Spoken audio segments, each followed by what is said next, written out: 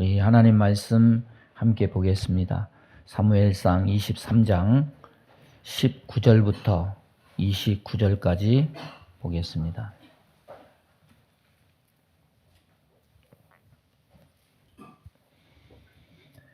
우리 한 절씩 서로 교독하겠습니다.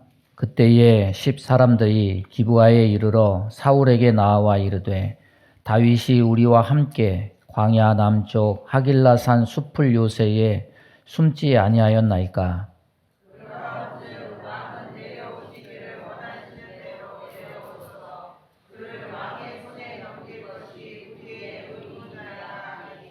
사울이 이르되 너희가 나를 긍휼히 여겼으니 여호와께 복받기를 원하노라.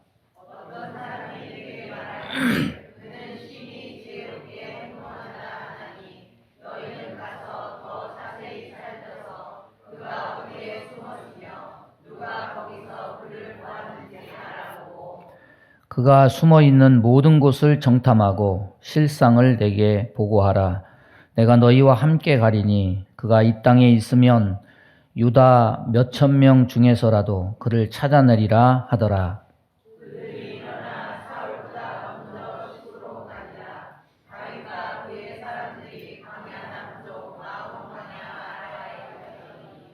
사울과 그의 사람들이 찾으러 온 것을 어떤 사람이 다윗에게 아뢰매 이에 다윗이 바위로 내려가 마온 황부지에 있더니 사울이 듣고 마온 황부지로 다윗을 따라가서는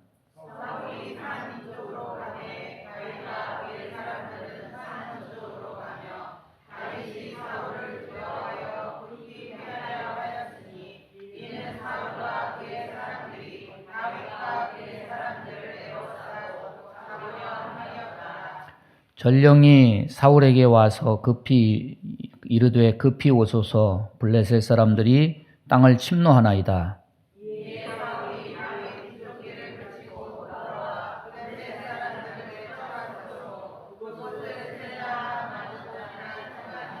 다 같이 합니다. 다윗이 거기서 올라가서 엔게디 요새에 머무니라. 아멘. 말씀 전하겠습니다. 사람에게 있는 본능 누구나 다 가지고 있죠. 좋은 일은 다 내게 오고 나쁜 일은 다 물러가고 이런 심리가 있는데 이게 민간 신앙에도 참 많이 퍼져 있습니다. 대표적인 게 뭐냐면 우리나라 이사 문화. 거기에 보면 뭐가 있냐면 손 없는 날. 손이란 게 그런 거더라고요. 찾아보니까 이 날짜별로 동서남북 네 방위를 돌아다니면서 사람 괴롭히는 악귀래요, 그게. 그래서 손 없는 날이라는 거는 귀신이 안 돌아다니는 날이다. 이날 이사하기 가장 좋은 날이다. 그래서 사람들이 그날 몰려요. 이사 비용도 20% 30% 비싸더라고. 포장이사 1톤이 50만 원이면은 손 없는 날은 10만 원 정도 더 붙여야 돼. 근데 이사 비용이 50만 원만 듭니까? 100만 원이면 20만 원 올라가고 거기 계속 더 붙는 거죠. 예수 믿으면서 손 없는 날 따지신 분은 없겠죠. 예? 있다면 회개해야죠.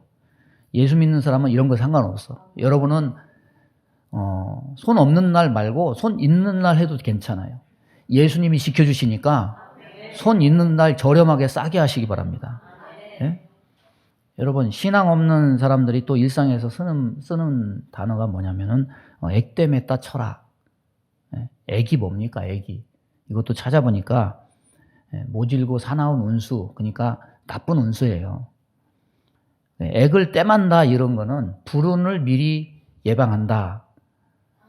그래서 어쩔 수 없이 손 없는 날 이삿짐 센터가 다 이삿짐 차가 전부 다 예약이 잡혀 있으니까 어쩔 수 없이 손 있는 날 또 이사를 할 때 그때 또 액땜을 한대요.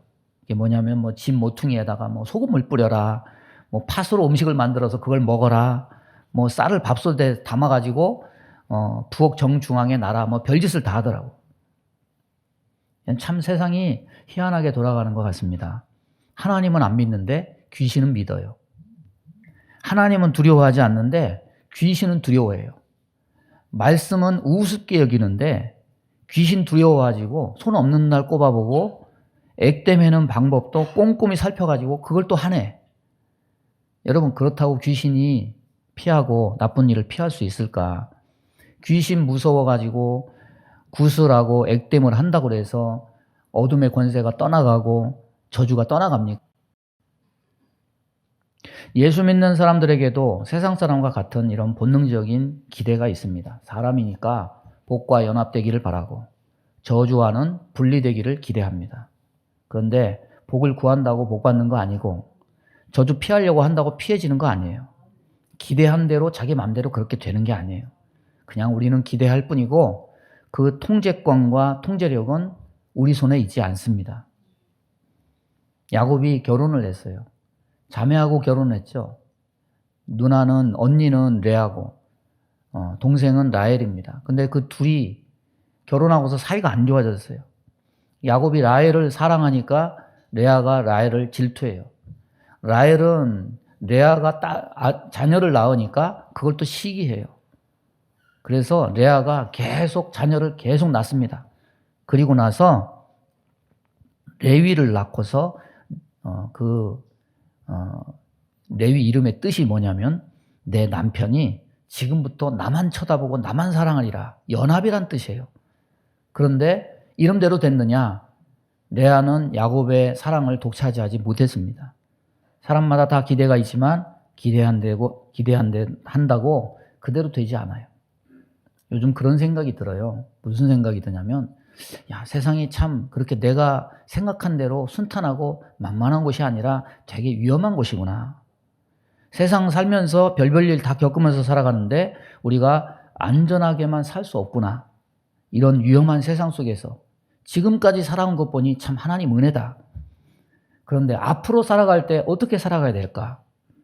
오늘 말씀 속에서 위기에 빠진 이 다윗이 하나님 은혜로 안전하게 보호받는 것, 이걸 살펴보면서 저와 여러분 하나님의 선하신 손길을 경험케 되기를 바랍니다. 오늘 말씀은 사울을 피해서 10황무지로 피한 다윗을 10사람들이 사울에게 고발하는 그런 내용으로 시작을 합니다. 10사람들이 기브아에 있는 사울을 찾아와서 다윗이 우리가 살고 있는 이 하길라산 숲을 요새에 숨어 있는 것이 분명합니다. 왕은 언제든지 내려오십시오. 저희가 그 다윗을 붙잡아서 왕께 넘겨드리는 것이 우리의 의무입니다. 여러분, 10사람들은 이러면 안 돼요. 왜 안 되냐? 10사람들이 블레셋의 침략을 받아서 고통을 당하고 있을 때 저들을 구해준 게 누구냐? 다윗입니다. 더더구나 10사람들은 다윗의 혈족이에요. 다른 지파면 몰라도 유다 지파는 다윗의 혈족 지파입니다.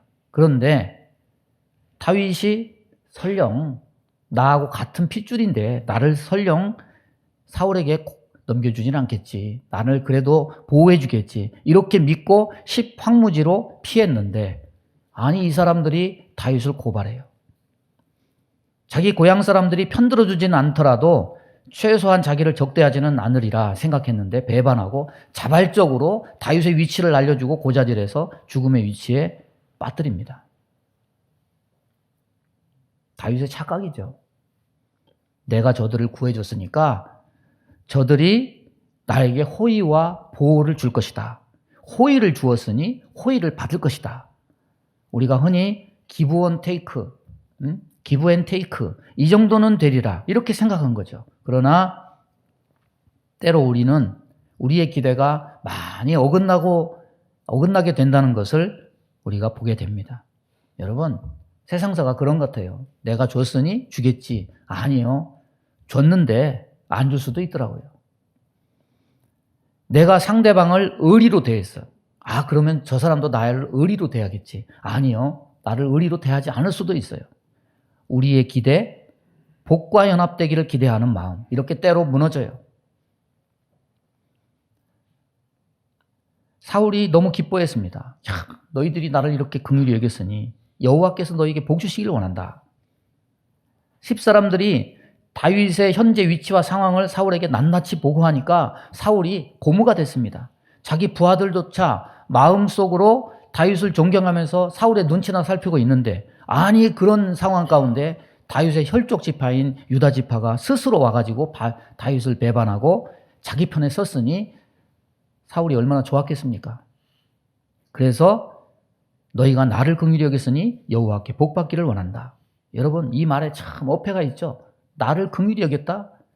여러분, 사울은 자기 가진 권력을 가지고 지금 연약한 자를 괴롭히는 자인데, 사울 입장에서는 사람들이 자기를 좋아하지 않고 다윗만 좋아하고 있으니까 자기야말로 힘없고 나약한 자라고 말할지는 모르지만은, 그것은 사울이 그가 가진 권력을 사리사욕을 위해서 함부로 사용해서 생긴 일이에요. 그렇기 때문에 10 사람들이 다윗을 긍휼히 여겼다. 이 말은 잘못된 말이에요. 여호와께 복받기를 원한다. 10 사람들이 자기에게 필요한 정보를 제공하니까 기뻐하면서 여호와께서 복을 내리시기를 원한다. 여러분, 복 내리기를 바란다고 원한다고 그렇게 선언하는 것만 가지고 복을 받는다면, 여러분, 목사가 축복하는 대로 다 복을 받으면 얼마나 좋을까요? 축복을 선언하는 사람이 잘못된 길을 가고 있다면 그 축복은 온전한 축복이 될 수가 없어요. 왜? 축복을 선언하는 사울이 하나님께 버림받은 자이기 때문입니다. 여러분, 복은요, 하나님께서 내리시는 겁니다. 사람이 힘으로 줄 수 없습니다. 아주 신령한 능력이 있는 어떤 자가 있다 하더라도 그가 가진 능력으로 하나님의 뜻과 상관없이 자기 마음대로 복을 내릴 수가 없어요. 복은 하나님만 주시는 것이기 때문에 그렇습니다. 어떤 사람이 복을 받기에 합당합니까? 시편 1편이 우리에게 가르쳐주죠. 복 있는 사람은 악인의 꾀를 쫓지 아니하며 죄인의 길에 서지 아니하며 오만한 자의 자리에 앉지 아니하고 오직 여호와의 율법을 즐거워하여 그 율법을 죄하로 묵상하는 자로다. 하나님을 경외하고 그 말씀을 청종하는 자, 이 사람이 온전히 복받기에 합당한 자격이 있는 사람이다. 성경은 우리에게 가르쳐줘요. 10 황무지 사람들이 사울을 고발할 때 다윗은 거기서 8km 정도 떨어진 그런 황무지에 있었습니다. 25절 보면 사울이 마온 황무지까지 군사들을 이끌고 추격했음을 알 수가 있습니다. 산 하나를 두고 사울은 이쪽에서 다윗을 추격하고 다윗은 산 저쪽에서 도망을 가요. 다윗의 무리는 600명밖에 안 되고 사울은 기본 3,000명의 군사를 거느리고 뒤쫓고 있어요. 그래서 사울이 군사들에게 명해서 아예 다윗이 있는 산 전체를 다 포위하라. 지금 그런 상황입니다. 여러분, 사울이 지금 다윗이 존재하는 한 어디라도 찾아가서 죽이고자 마음먹었기 때문에 산이든 황무지든 바다든 지금 물불을 안 거려요. 다윗의 목숨이 경각간에 달렸습니다. 가장 긴장된 순간입니다. 그런 절체절명의 순간에 전령한 사람이 사울에게 와서 지금 블레셋이 이스라엘을 침략했습니다. 블레셋이 침략이 심상치가 않아서 이대로 두면 이스라엘이 몽땅 블레셋에 넘어갈 수 있으니까 서둘러 돌아가야 됩니다. 사울은 다윗이 바로 앞에 있는 것을 추격하는 것을 멈추고 결국은 손을 털고 돌아갈 수밖에 없어요. 하나님이 다윗을 구하시기 위해서 나라도 움직여요. 한 사람 구하시기 위해서 한 나라를 움직이시는 하나님. 아니, 어떤 때는 한 사람 구하시기 위해서 우주 전체를 움직이실 수 있는 분이 바로 하나님이십니다. 그래서 다윗이 그 순간 그렇게 살아나고 난 다음에 오늘 말씀에 보면 셀라 하마 느곳, 분리하는 바위다. 하나님이 죽음과 삶을 분리시킨다. 하나님이 관여해서 다윗의 무리와 사울의 무리를 분리시켰다. 지명에다가 이렇게 이름을 붙여서 의미를 부여하게 됩니다. 여러분, 성도가 세상 살면서 늘 느껴야 되는 것은 하나님께서는 성도를 세상 사람과 달리 다루신다는 거예요. 시편을 보면 다윗이 사울에게 쫓기면서 새롭게 알게 된 하나님에 대해서 여러 모양으로 고백하는 것이 나옵니다. 분통이 터질 노릇이고 억울하기 짝이 없는 상황을 낱낱이 하나님께 다 토설하고 아릅니다. 그런 다윗의 삶 속에서 발견하게 되는 것은 무엇이냐? 하나님은 자기 백성을 분리시킨다. 오늘 분리의 은혜를 입기를 바랍니다. 출애굽이 이루어지게 된 계기가 뭡니까? 이스라엘 백성들이 하나님께 호소하고 부르짖습니다. 그러니까 하나님이 그들을 돌보셨고 그들을 기억하셨더라. 그리고 이루어진 일이 뭡니까? 모세를 애굽으로부터 분리해서 광야에 푹 담가서 겸손하게 만드는 40년 담금질의 시간을 갖게 하십니다. 그리고 모세가 준비되었을 때 하나님은 드디어 이스라엘과 애굽의 분리 작업을 시작하십니다. 10가지 재앙이 이루어지지만 네 번째 파리 재앙부터 이스라엘을 따로 분리해서 재앙이 없게 하십니다. 결국은 이스라엘을 애굽에서 분리해내요. 구원은 분리하시는 하나님을 경험하는 사건입니다. 엘리야 시대 어느 가난한 가부가 밀가루 통해서 마지막 양의 밀가루를 탁탁 털어서 자식과 함께 먹고 죽으려고 합니다. 그런데 엘리야 선지자가 들이닥쳐서 그 먹고 죽으려고 하는 마지막 식사를 내놔라. 야박하죠? 그 자기가 먹어버려요. 근데 이게 야박함이 아닙니다. 그 과부의 죽음을 엘리야가 가로채서 가져가서 먹어버린 것은 그 양식을 먹고 그대로 죽게 내버려 뒀다면 아마 그 집에는 죽음이 그대로 임했을 거예요. 그런데 엘리야가 그것을 내놓으라고 청해서 먹어버림으로 죽음에서 분리된 거예요. 성도에게는 죽음마저 하나님에게 압수당해요.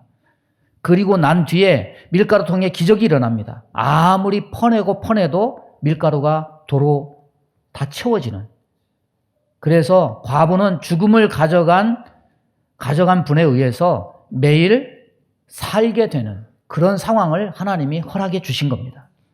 이것이 하나님이 다윗을 다루심이고 이것이 하나님이 성도를 다루시는 겁니다. 하나님이 살려내서 분리시킨 자들의 모습입니다.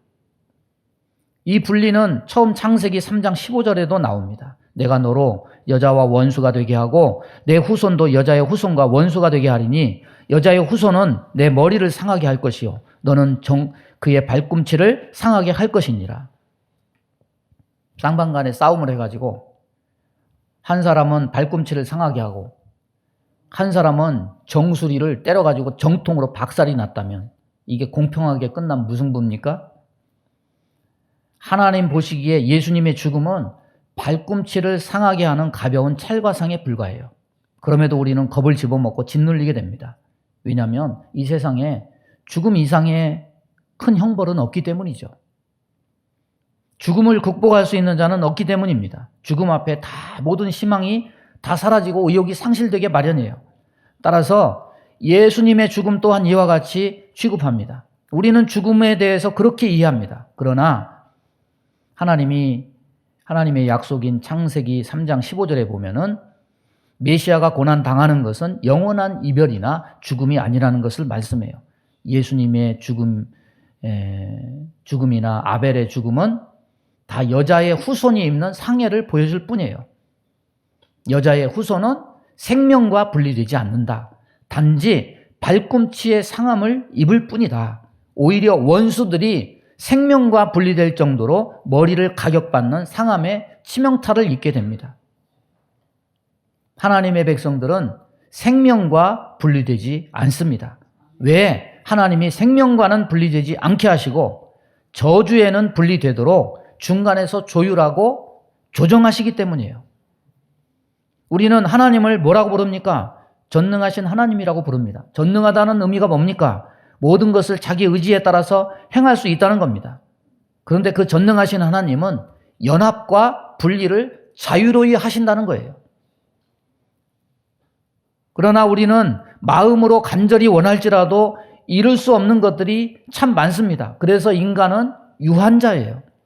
인생의 날만 유한한 것이 아니고 지혜와 능력과 일체의 것들이 다 한정되어 있습니다. 하지만 하나님은 전능하십니다. 우리는 하나님의 역사를 이런 전능성의 전제하에 이해를 해야 됩니다.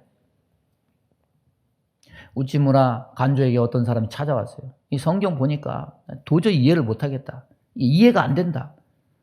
그러니까 이 사람이 뭐라고 말했냐면 성경에서 기적을 빼면 딱 두 가지 남는다. 그게 뭐냐? 성경 겉장하고 뒷장이다. 성경은 과학이 아닙니다. 성경은 과학 이상이에요. 성경은 이성으로 이해할 수 있는 영역이 아닙니다. 이성 이상입니다. 실로 그분은 우리가 예상할 수 없는 방법으로 죽음과 공경에서 분리시켜서 우리를 살려내십니다. 조용긴 목사님하고 12년간 같이 일한 미국 목사님이 계셔요. 헨리 스웨인 목사님이라고 하는데, 이분이 신학을 하고 한국에 선교사로 오게 된 계기가 있어요. 이분이 6.25 때 미군 상사였습니다. 한국전쟁에 참여했어요. 그가 속한 1개 대대, 1개 대대면 한 1000명 된대요. 중공군이 1개 연대, 3000명 정도 돼요. 싸웠어요. 이게 안 되죠, 숫자가. 다 죽고, 1개 대대가 다 죽고 딱 7사람만 살아서 돌아왔더니 후방에 있는 사령부에서 후퇴 명령도 하지 않았는데 너희들 고지를 사수하지 않고 도망쳐 나왔다. 너희들 명령 불복죄로 너희들 다 총사령 시킬 거다. 참 억울하죠. 그래서 후방 사령부에서 다시 명령을 해요. 오늘 저녁에 다시 고지로 돌아가라. 1개 분대가 다시 공격을 해서 죽든지 살든지 그건 니들 알아서 할 바고 그 고지를 다시 탈환하라. 그렇지 않으면 너희들 다 군법회의 회부해가지고 명령 불복종으로 총사령을 시키겠다. 거기에 막 그 있는 분대원들이 7명이 초상집이 되고 울음바다가 됐어요. 다 울면서 밖으로 나오는데 이 목사님이 그때 예수 믿고 있었으니까, 얘들아 울지 마라. 구약 성경에 보니까 기드온이 300명 용사로 10만의 미디안 대군을 물리친 적도 있다. 기적은 있다. 오늘 이 시간 이판사판이다. 너희들 회개하고 예수님을 구주로 모시고 우리가 우리 이름으로 나가지 말고 우리 주의 이름으로 나가자. 다 무릎 꿇고 예수님이 나의 구주십니다 영접하고 총알이 빗발치는 고지로 다시 돌아가요. 뭐 싸움이 되겠어요? 한참 싸움이 벌어지고 있는데 그 부하들 중에 스콧 상사라는 사람이 보니까 중공군 소령 한 사람이 이렇게 죽어 있는데 조그만 총 같은 거 이렇게 그거를 가슴에 안고 죽어 있는 거예요. 이게 뭐지? 그리고 총을 빼앗아 가지고 한번 쏴봤어요. 하늘을 향해서 딱 쏘니까 팡 하고 뭐가 이렇게 터져요. 신호탄. 오색 영롱한 무지개 색깔을 내면서 두 줄기 신호탄이 하늘로 쫙 올라가는 거예요. 그때 중공군들이 그걸 쳐다보더니 지들끼리 수근수근 하더니 일제히 일어나서 걸음아 나살려라고 도망을 치니까 이 7명이 뒤따라가면서 총을 집어가지고 막 갈겨대니까, 이게 막 중공군 죽은 시체가 막 그냥 막 쌓여가는 거죠. 아니 어떻게 이런 일이 있을 수 있나. 나중에 알고 보니까 그 총이 무슨 총이었느냐, 후퇴하라는 신호탄이었던 거예요. 어떻게 하다가 미군 상사가 그걸 노획을 했고 그것을 쏘니까 도저히 상대할 수 없는 많은 적군들이 신호탄 보고 걸음아 나살려라 하고 이제 후퇴 명령 떨어졌으니까 도망치다가 역습을 받아서 시체가 산을 이루고 그 고지를 점령한 거죠. 그래서 이 분대원 7명이 한 사람도 죽지 않고 고지를 점령했어요. 그리고 철통같이 수비를 하고 있고 점령을 했는데 나중에 또 사령부에서 또 와가지고 니들 어떻게 살았냐, 무슨 전술을 사용했냐, 또 조사를 당해요. 그래서 있는 그대로 얘기했어요. 뭐 전술이고 뭐고 아무것도 없고요. 그냥 우리는 기도했을 따름입니다. 우리는 예수를 믿고 주님께 부르짖어서 기도하니까 주님이 기적을 베풀어 주셨습니다. 야 이놈들아, 무슨 엉터리 같은 얘기 하지 말고 바른 대로 되라. 아니 바른 말이 그겁니다. 1개 분대 나가서 연대 이상 3000명의 그 군인들을 어떻게 이깁니까? 이건 하나님이 우리에게 기적을 베풀어 주신 겁니다. 그래서 이 목사님이 그때 무릎을 꿇고, 하나님, 죽음에서 나를 살려줬으니까 내 남은 삶을 한국에 선교하면서 바치겠습니다. 그래서 목사가 됐대요. 여러분, 하나님은 죽음에서 우리를 분리해서 우리를 보호하시는 분입니다. 아내가 병원에 입원해서 고통당하고 있을 때 의사 선생님이 피검사 해가지고 아내의 병을 처음부터 알고 있었어요. 나중에 설명을 들으니까 아내의 몸에 자기 몸을 공격하는 항체가 있대요. 뭐 세상에서 드라마에서 모든 일이 나에게도 생기다니 하늘이 노래졌죠. 제가 아내 아프고 나서 매일 하는 일이 생겼습니다. 새벽기도 끝나고 가면 집에 가서 아내의 손을 얹고 기도하고 밤에 자기 전에 손을 얹고 기도했어요. 뭐라고 기도했냐면 하나님, 아내 몸을 공격하는 이 항체를 성령이 불러 소멸시켜 주세요. 그래서 한나가 경험한 죽이기도 하시고 살리기도 하시는 그 하나님을 우리도 경험케 해주시고 그래서 하나님께 영광 돌리게 해주세요. 퇴원한 다음에 서울대로 가라고 그래가지고 3주 전에 서울대로 연결이 돼서 거기서 입원했던 자료 뭐 CD 다 복사해가지고 뭐 CD가 3개나 되고 복사 자료가 수백 장이에요. 그걸 다 제출하고 3주 후에 오라고 그래서 그날이 이번 주 화요일이었습니다. 의사 만나기 전에 가슴이 콩닥콩닥해요. 결과가 뭘까? 의사가 뭐라고 그러냐면 항체 검사 음성입니다. 아이고 주여, 할렐루야, 절로 나왔어요. MRI 영상 자료 다 판독했는데 영상 자료에도 그 병이라고 말할 수 있는 이상 소견 발견하지 전혀 없습니다. 그래서 오진입니까? 그랬더니 그건 또 얘기 안 하더라고요. 예? 아니면 뭐 항체가 있다 사라졌나? 바이러스성 항체가 사라졌다는 얘기도 들은 적이 없고 자가면역 질환 항체가 자발적으로 사라졌다는 얘기는 들은 적도 없어요. 이것도 알 길이 없어요. 저는 뭐 의사도 아니고 병리학자도 아니니까 이해도 안 되고 의학적 판단 알 길이 없습니다. 저는 요즘에 롤러코스터 타는 느낌이에요. 하나님, 그땐 그건 뭐고 또 이번에 이건 뭡니까? 근데 저는 한 가지는 분명히 알겠어요. 제가 기도한 대로 공격하는 항체가 없어졌다는 거 아닙니까? 사라졌다는 거 아닙니까? 원래부터 없었는지 있다가 없어졌는지 알 길은 없어요. 어쨌거나 항체 검사에는 나타나지 않고 수없이 찍었던 MRI를 얼마나 많이 찍은 줄 아세요? 그 영상 판독에서도 소견으로 보이는 흔적이 발견되지 않았다는 거죠. 저는 믿어요. 하나님의 아내를 나쁜 항체로부터 분리시켜 주셨다. 다윗을 사울의 마수에서 분리시켜 주신 하나님은 활자에만 찍혀 기록된 내용으로만 존재하는 하나님이 아니라 오늘도 자기 백성을 죄와 어둠과 병마로부터 분리시키는 하나님이십니다. 이 작은 목사의 기도를 들어주신 하나님께 감사하고 찬양하고 영광 돌려요. 말씀 정리합니다. 여러분, 힘든 일, 괴로운 일 당하면 예수 믿는 사람들조차 속에 뭐 어떤 마음이 드니까 왜 내 인생이 이렇게 꼬이지? 뭔가 나쁜 운이 끼어가지고 왜 이런 일이 자꾸 생기지? 의심이 생길 수 있어요. 그런데 여러분, 믿어야 돼요. 믿는 자에게는 나쁜 운이란 건 없다. 왜? 그 액이라는 것을 주님이 다 짊어지셨기 때문이에요. 질고와 저주와 죽음과 모든 것을 주님이 다 대신 지시고 던져버리셨어요. 우리가 본성적으로 죄인이라 하나님 앞에 떳떳할 사람 아무도 없지만 우리 위해서 모든 형벌을 대신 받은 예수님의 은혜를 힘입어서 우리는 불안과 두려움을 떨쳐야 돼요. 두려워하지 말고 낙심하지 말기 바랍니다. 오히려 어려움 속에 기도하고 전심으로 구하면 다윗을 사울로부터 분리하신 하나님이 오늘도 역사에서 우리를 어둠과 저주로부터 분리하십니다. 생명과 복으로 구해내십니다. 이 분리하시는 은혜를 오늘도 저와 여러분이 다 입게 되기를 주님의 이름으로 축원합니다. 몸이 아픈 곳에 손을 얹습니다. 우리의 생명의 근원이요, 우리 인생의 주권자요, 우리의 생사화복을 주관하시는, 죽이기도 하시고 살리기도 하시는 전능하신 아버지, 모든 것이 주께로부터 왔고 주님의 인도를 받고 주님께로 돌아감을 고백합니다.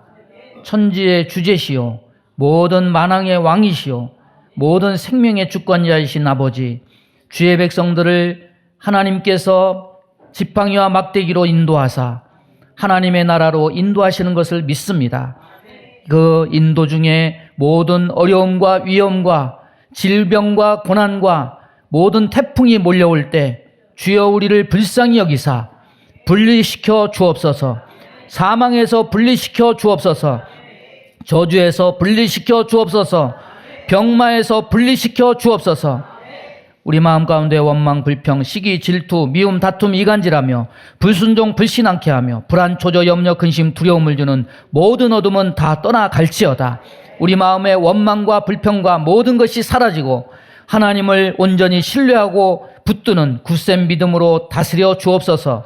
몸이 연약한 곳에 손을 얹고 기도합니다. 손을 얹는 곳마다 보혈로 씻어 주옵소서. 성령의 불로 태워 주옵소서.